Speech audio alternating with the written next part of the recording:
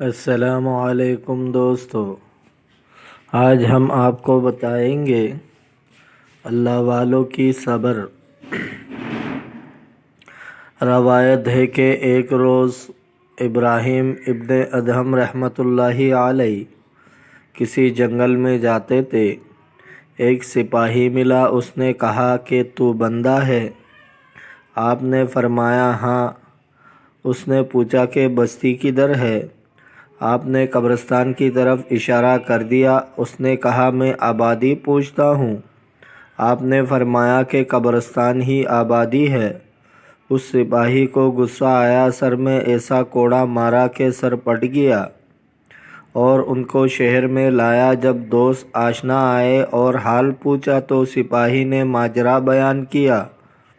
انہوں نے کہا یہ ابراہیم بن ادہم ہے۔ سپاہی گھوڑے سے اتر پڑا اور آپ کے ہاتھ چومنے لگا اور عذر کرنے لگا۔ بات اس کے لوگوں نے ان سے کہا کہ آپ نے کیوں فرمایا تھا کہ بندہ ہوں؟ آپ نے فرمایا اس نے مجھ سے یوں نہیں پوچھا تھا تو کس کا بندہ ہے، بلکہ یوں پوچھا کہ تو بندہ ہے چونکہ میں بندہ خدا تھا، اس واسطے کہہ دیا کہ بندہ ہوں۔ جب اس نے مجھے مارا تو اس کے واسطے میں نے دعائے جنت کی۔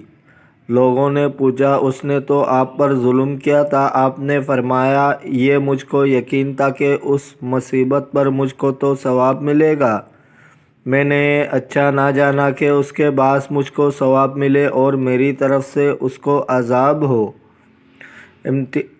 ابو عثمان خبری کو کسی شخص نے بنظر امتحان دعوت کے بہانے بلایا۔ جب آپ اس کے گھر گئے تو کہا کہ اس وقت تو مجھ سے کچھ بن نہیں سکا۔ آپ وہاں سے پھر آئے، جب بہت دور نکل آئے پھر وہ شخص آیا اور کہا کہ جو اس وقت موجود ہے اسی پر قناعت کیجیے۔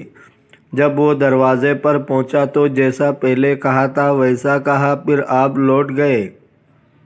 اس طرح کئی بار بلایا اور لوٹایا مگر آپ ذرا مقدر نہ ہوئے۔ پھر وہ شخص پاؤں پر گر پڑا اور کہا کہ میں نے آپ کو آزمانا چاہا تھا۔ سبحان اللہ، کیا خلق ہے! آپ نے فرمایا کہ جو بات تو نے میری دیکھی وہ تو صفت کتے کی ہے، جب بلاؤ تو چلے آئے اور جب ہکاؤ تو ہٹ جائے۔ اور یہ بھی انہی کا ذکر ہے کہ کسی روز سوار ہو کر کسی کوچے میں گزرے، اوپر سے کسی نے راکھ پھینک دی اور آپ اترے پڑے اور سجدہ شکر ادا کیا اور کپڑوں پر سے راکھ جھاڑ دی اور کچھ نہ کہا۔ لوگوں نے کہا کہ آپ نے راکھ ڈالنے والے کو جھڑکا نہیں۔ آپ نے فرمایا کہ جو شخص مستحق آنکھ کا تھا تو اس پر راکھ پڑے تو اس کا غصہ کرنا مناسب نہیں تھا۔ دوستو، اگر آپ کو ویڈیو اچھی لگی ہے تو لائک کریں، شیئر کریں، چینل کو سبسکرائب